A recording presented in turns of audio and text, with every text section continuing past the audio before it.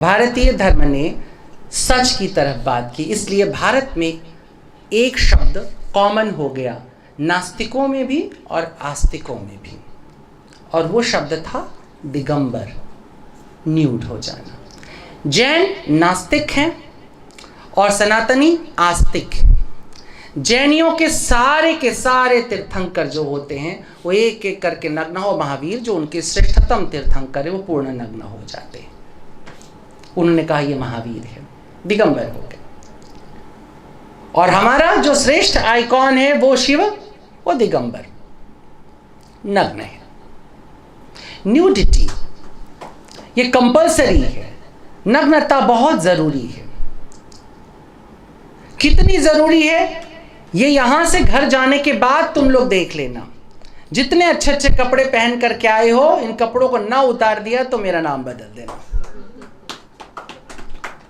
तुम्हारा शरीर हमेशा सच बोलता है और तुम्हारा मन हमेशा झूठ बोलता है, इसलिए मन को बार बार समझाना पड़ता है ये करो ये ना करो। शरीर को कुछ नहीं समझाना पड़ता है, शरीर को हमेशा पता है कि क्या सच चल रहा है। शरीर को अगर भूख लगती है तो शरीर में वासना जागती है। भूख को तुम टॉलरेट कर लेते हो, वासना को तुम टॉलरेट नहीं कर पाते। तुम्हारी समस्या है। कितनी खूबसूरत बात है old testament, new testament, Quran, सब में एक बड़ी खूबसूरत बात है इसी न्यूडिटी से जुड़ी हुई। दिगंबर क्या होता है? आदम को ईडेन गार्डन में, जन्नत में खुदा ने छोड़ दिया कि जा अपनी मर्जी का सारा मजा ले। आदम कपड़े नहीं पहनता था, नग्न था, खेले का मशाने में होली दिगंबर, वैसे ही वहां खेले जन्नत में होली, है ना? क्यों मानू? रंग नहीं डालता मानू कि शरीर का वो अंग कट जाएगा। आदम नग्न है। देखो समझना, दुनिया भर में धर्म कहां कहां पहुंच गए नहीं, केंद्र में तुमको वो बात मिल जाएगी। मैंने कहा ना, लोकप्रिय हो ना हो, लेकिन सच के अतिरिक्त कोई चीज तुम्हें आकर्षित नहीं करती है। तो ये बात अब्राहम को भी समझ में आ रही है, बात ईसा को भी समझ में आ रही है, मोहम्मद को भी समझ में आ रही है कि नग्नता बड़ी खूबसूरत है और बड़ी जरूरी है। आदम नग्न है और जन्नत में है, जन्नत के सारे मजे उसके लिए। जन्नत माने ब्यूटीफुल। एक ब्यूटीफुल जिंदगी कहां पर है? जन्नत में है। जहां ब्यूटीफुल जिंदगी है वहीं पे जन्नत है। और जन्नत में कौन है? जो नंगा है, दूसरा कोई नहीं है। जीसस कहता है कि मेरे बाप के राज में वही आएगा जो बच्चों जैसा होगा। बच्चा कैसा है? बच्चा नंगा है। और वो एक दिन ज्ञान का फल खा लेता है, फ्रूट ऑफ विजडम खा लेता है, और पहला काम क्या करता है? कुकृत्य क्या, अपराध क्या है? कभी समझना, पूरी मनुष्यता का अपराध इस कहानी के एक छोटे से हिस्से में छुपा हुआ है। मनुष्य का पतन कैसे हो गया? मनुष्य, कौन सी जन्नत? इस खूबसूरत दुनिया के अलावा और कोई जन्नत हो सकती थी क्या? वो सब जिसका तस्करा तुम्हें कुरान में मिलता है कभी जमीन पर मौजूद था। वो लहलहाती हुई नदियाँ, वो खिलखिलाते हुए वन, वो फूल, वो पंछी, वो परिंदे, वो हवा, वो मौसम, वो फजा, वो सब कुछ था और वो सबके लिए उपलब्ध था।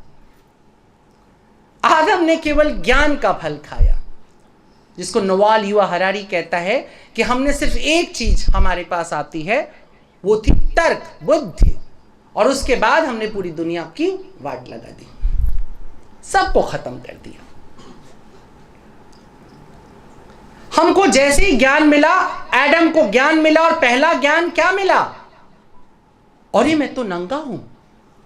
हर ज्ञानी को पहली चीज क्या मिलती है? जिस दिन तुम्हारे अंदर ज्ञान जागेगा, पहली चीज क्या मिलेगी? ओ माय गॉड, ये मेरे अंदर फॉल्ट है। ज्ञान की पहचान कहां से होती है? वो सबसे पहले तुम्हारे भीतर का फॉल्ट दिखाता है।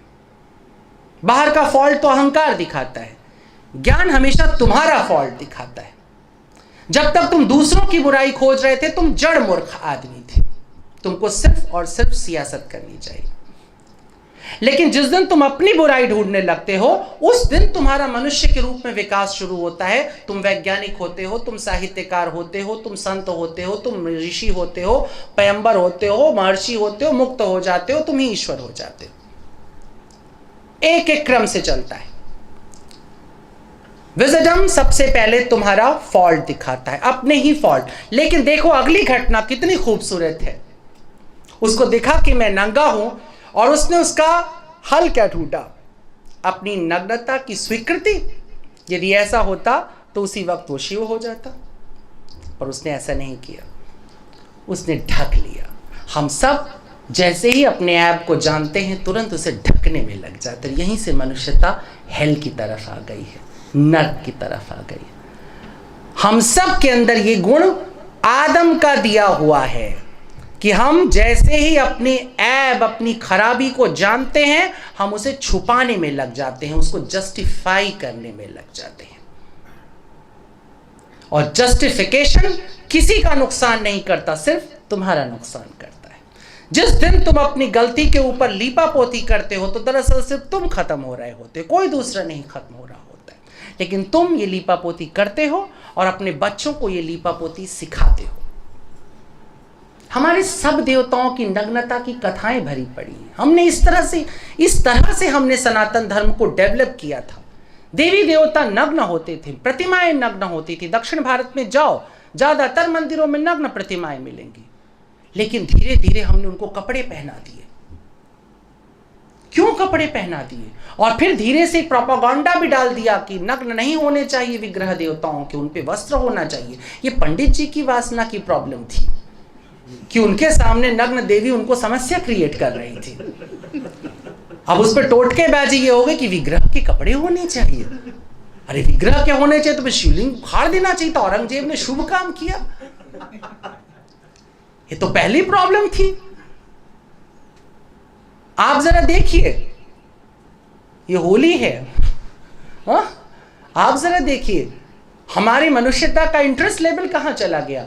आपको नग्न होने कहा जाएगा तो बड़ी समस्या हो जाएगी। लेकिन आप शिवलिंग को सहलाने में 1 मिनट नहीं लगाते।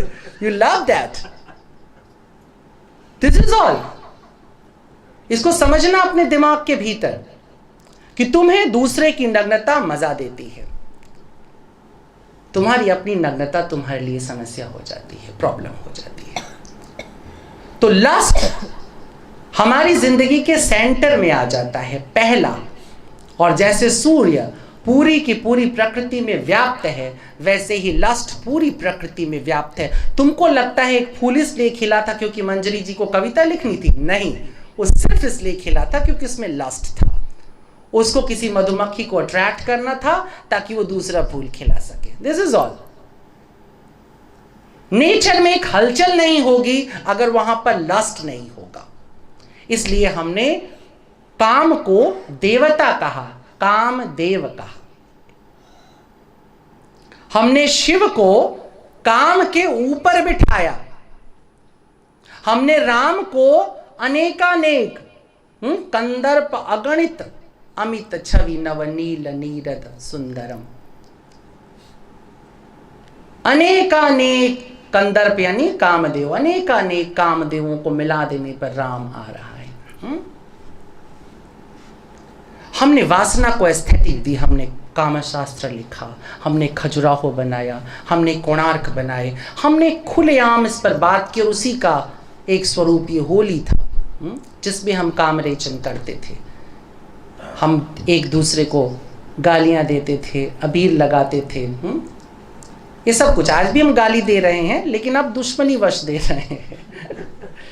लेकिन तब ये था कि हम किसी तरह से अपने जो सेक्सुअल फ्रस्ट्रेशन है हम उसे इन दिनों बाहर कर ले, क्योंकि तब पूरा फाग होता था। यानी पुराने भारत में लगभग 2 महीने की होली होती थी, धीरे धीरे 1 माह की हो गई। रविन्द्रनाथ टैगोर ने इसे जीवित करने की कोशिश की थी। शांति निकेतन में उन्होंने 1 महीने का पूरा वसंतोत्सव रखा। चूंकि कवि थे, सोफेस्टिकेटेड थे, ब्रह्मा समाजी थे, तो गालियों को उन्होंने जगह नहीं दी, लेकिन उन्होंने हास्य विनोद और काम चर्चा को जगह दी। मगर टैगोर तो हमारे आदर्श नहीं बने ना। हमारा आदर्श तो गांधी बना, जहां काम चर्चा करने पर तुम्हारे बाल मुड़वा दिए जाते थे।